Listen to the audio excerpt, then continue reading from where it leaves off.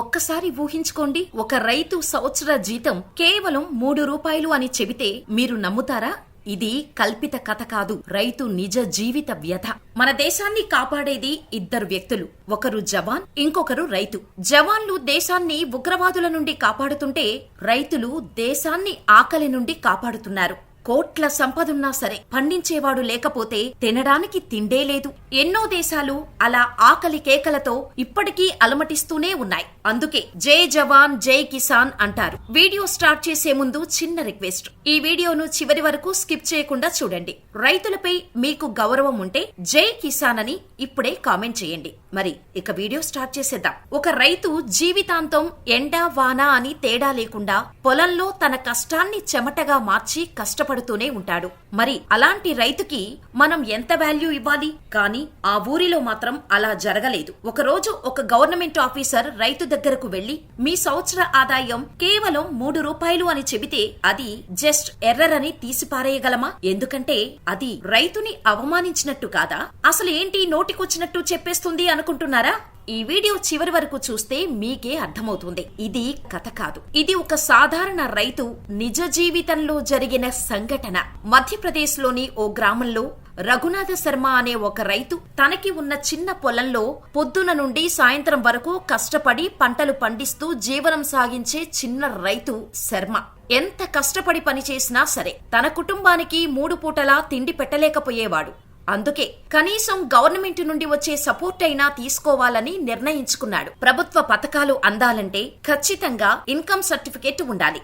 ఇక దానికోసం ఒకరోజు దగ్గరలోని మీ సేవా సెంటర్లోకి వెళ్లి Raghunatha Sharma income certificate apply చేశాడు. వారం తర్వాత వెళ్లి ఇన్కమ్ సర్టిఫికేటే తెచ్చుకున్నాడు. తీరా సర్టిఫికేట్ వచ్చాక ఆ పేపర్లో రఘునాథ శర్మ సంవత్సర ఆదాయం కేవలం 3 రూపాయలని చూపించింది. కానీ ఆ ఒక్క చిన్న మిస్టేక్ ఏకంగా దేశం మొత్తం వైరల్ అయింది. మీరే చెప్పండి, మనకి 3 రూపాయలకి ఈ రోజుల్లో ఒక కప్పు టీ కూడా రావటం లేదు. అలాంటిది ఒక రైతు సంవత్సర ఆదాయం కేవలం 3 రూపాయలు అని చెప్పటం వల్ల మన వ్యవస్థ ఎంత వెనకబడిపోయిందో, ఎంత దౌర్భాగ్య స్థితిలో ఉందో తెలుస్తోంది. అయితే ఈ న్యూస్ బయటకొచ్చిన కొంతసేపటికే ఇన్స్టా, ట్విట్టర్, ఫేస్బుక్ లాంటి సోషల్ మీడియాలన్నిటిలో ఈ న్యూస్ తెగ వైరల్ అయ్యేసరికి ఏకంగా గవర్నమెంటే దిగివచ్చింది. ఈ ఇష్యూ పైన ఔటరేజ్ ఆఫీసర్స్ వెంటనే రెక్టిఫై చేశారు. అయినా ఆయన ఆదాయం 30,000 పర్ ఇయర్ అని డిక్లేర్ చేశారు. అలా చూసుకున్నా నెలకి 2,500 మాత్రమే. కానీ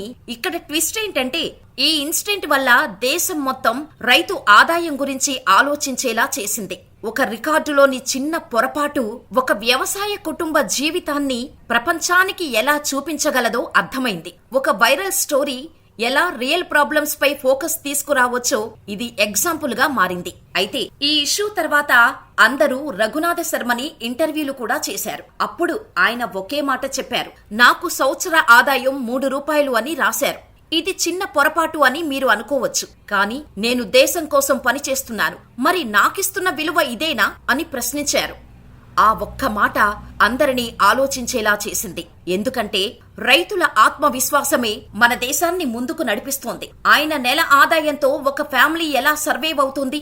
ఎందుకంటే ప్రస్తుతం diesel, fertilizers, seeds, electricity bills, basic ration లాంటి ఎన్నో ఫిజికల్ నీడ్స్ అన్నీ కూడా రోజు రోజుకి ధరలు పెంచేస్తూనే ఉన్నారు. మరి 2,500తో ఒక ఫ్యామిలీ ఎలా అవన్నీ కొనుక్కొని బతకగలదు? అసలు రైతు జీవితం మొత్తం ఇలాగే ఉంటుందా? ఈ విషయం మీద ఆలోచించినప్పుడు అందరూ ఒకే మాట అన్నారు, Raghunatha Sharma is the poorest Indian man అని. దీన్ని హ్యాష్ ట్యాగ్ కూడా చేసుకుని వీడియోస్ చేశారు. కానీ చాలా మంది గ్రహించని విషయం, ఇలాంటి రఘునాథ శర్మ లాంటి వాళ్ళు వందల్లో వేలల్లో కాదు, మన దేశంలో లక్షల్లో ఉన్నారు. ఎందుకంటే మనం తీసుకునే ఒక రైస్ బ్యాగ్ 100ల్లో పెరిగిపోయింది. కానీ అదే రైస్ బ్యాగ్ రైతు అమ్ముకుంటే ఆయన చేతిలో మిగిలేది మాత్రం చిల్లరే. మరి మిగిలిన డబ్బు ఏమవుతోంది? దానికి ఆన్సర్ ప్రత్యేకంగా చెప్పాల్సిన అవసరం లేదు. ఎందుకంటే కష్టపడే రైతు అప్పులు తీర్చలేక కళ్లు మూస్తుంటే రైతు కష్టాన్ని కల్తీ చేసే వాళ్ళు మాత్రం కోటీశ్వరులు అవుతున్నారు. అంతెందుకు, మధ్యలో ట్రాన్స్పోర్ట్ అంటూ లేదా ఇతర కారణాలతో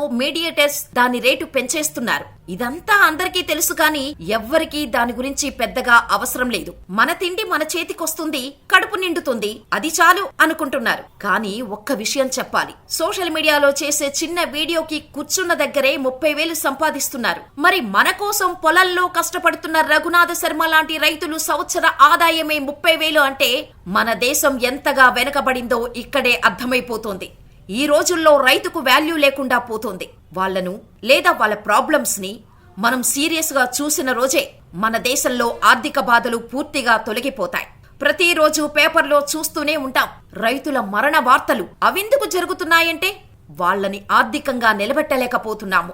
వీళ్లకు అండగా మనం నిలిచిన రోజే వాళ్లకు మనం ఒక మంచి పొజిషన్ ఇచ్చి న్యాయం చేయగలము. దీనిపై ఈ క్షణం నుండే మనం ముందడుగు వేయాలి. అది జరగాలంటే రైతుల కష్టానికి తగ్గ ప్రతిఫలం నేరుగా రైతుకే అందాలి. అంటే ఒక రైతు పండించే పంటని దళారుల దగ్గర నుండి కాకుండా నేరుగా రైతు దగ్గర నుండి తీసుకుంటే కల్తీ లేని ఆహారం, ఆరోగ్యంతో పాటు రైతుల జీవితాలు కూడా మెరుగవుతాయి అనే చిన్న ఆలోచన.